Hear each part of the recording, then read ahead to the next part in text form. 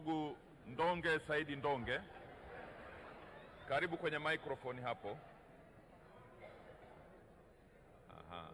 Karibisha kwenye microphone hiyo. Hebu mshushie kidogo maana imekaa juu mno. Hai. Ndugu Ndonge, karibu sana ndani ya ukumbi wa bunge. Mbele yako humu ndani kuna waheshimiwa wa bunge humu ndani. Kwa hiyo tunakupa nafasi ya kujieleza dakika zisizozidi 3, na endapo ikiwapendeza waheshimiwa wa bunge wanaweza kukuuliza maswali yasiyozidi 3. Karibu sana ujieleze. Asante Mheshimiwa Mwenyekiti. Leo jina langu umelipatia na sina haja ya kulirudia. Mheshimiwa Mwenyekiti, waheshimiwa wabunge wenzangu. Nitakuwa mbunge baada ya kuapishwa. Leo nimesimama hapa kwa lengo moja la kuja kuwa kiongozi katika muhimili huu.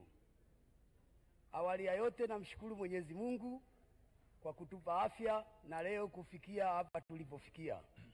Lakini tena vile vile nitoe pongezi za dhati kwa wananchi wote wa Tanzania kwa kufanya maamuzi yaliyo sahihi siku ya Oktoba 29 ambayo imewawezesha wengi wenu kuwepo humu ndani na sisi wengine kuwa huko nje.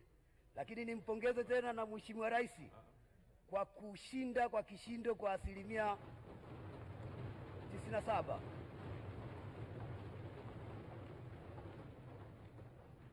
Nawakumbusha mliambiwa msishangilie. Mheshimiwa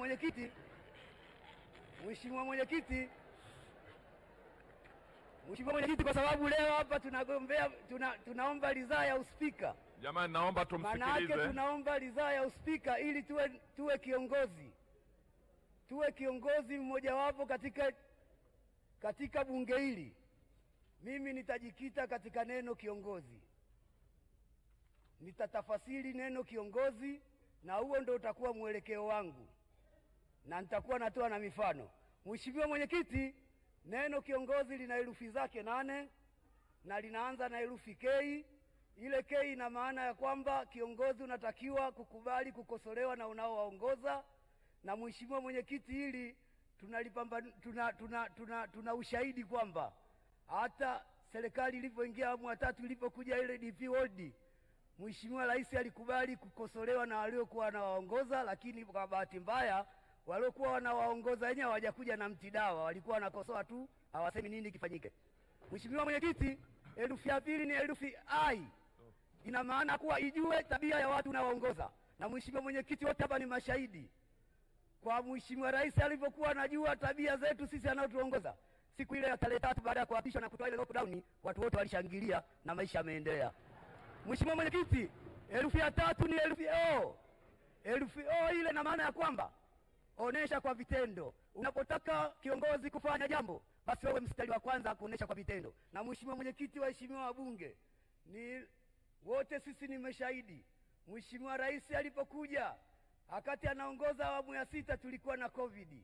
Alipotaka watalii waje, alikuja na Royal Tour.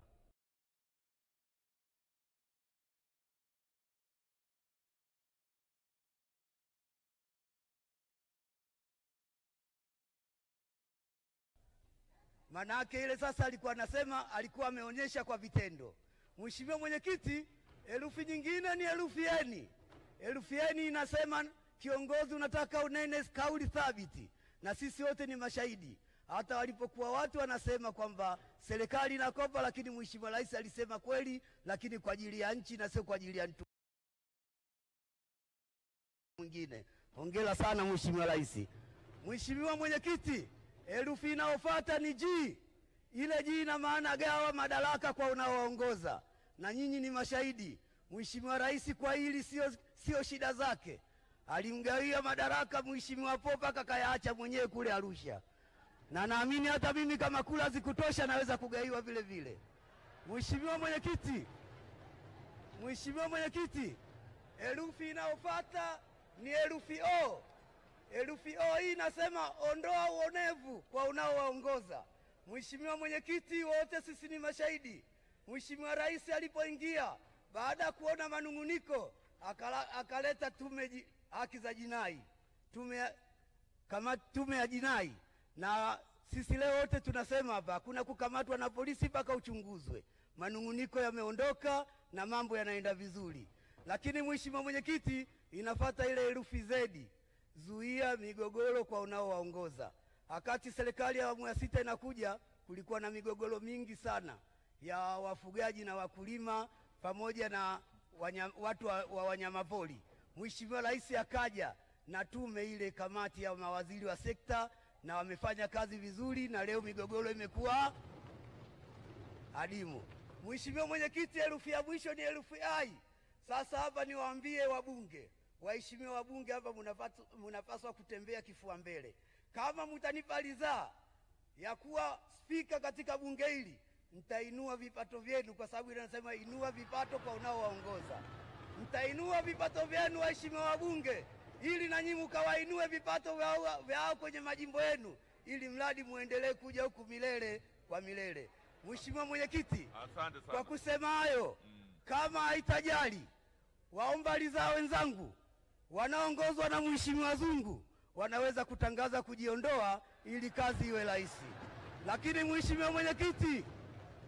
Mheshimiwa Mwenyekiti, mwisho, kama watakuwa na mgomo, wenzangu watakuwa na mgomo kwa neno hilo nilolisema hapo mwanzo, basi naomba wabunge munipe kula nyingi, ikiwezekana na mimi nishinde kwa 97%. Asanteni sana.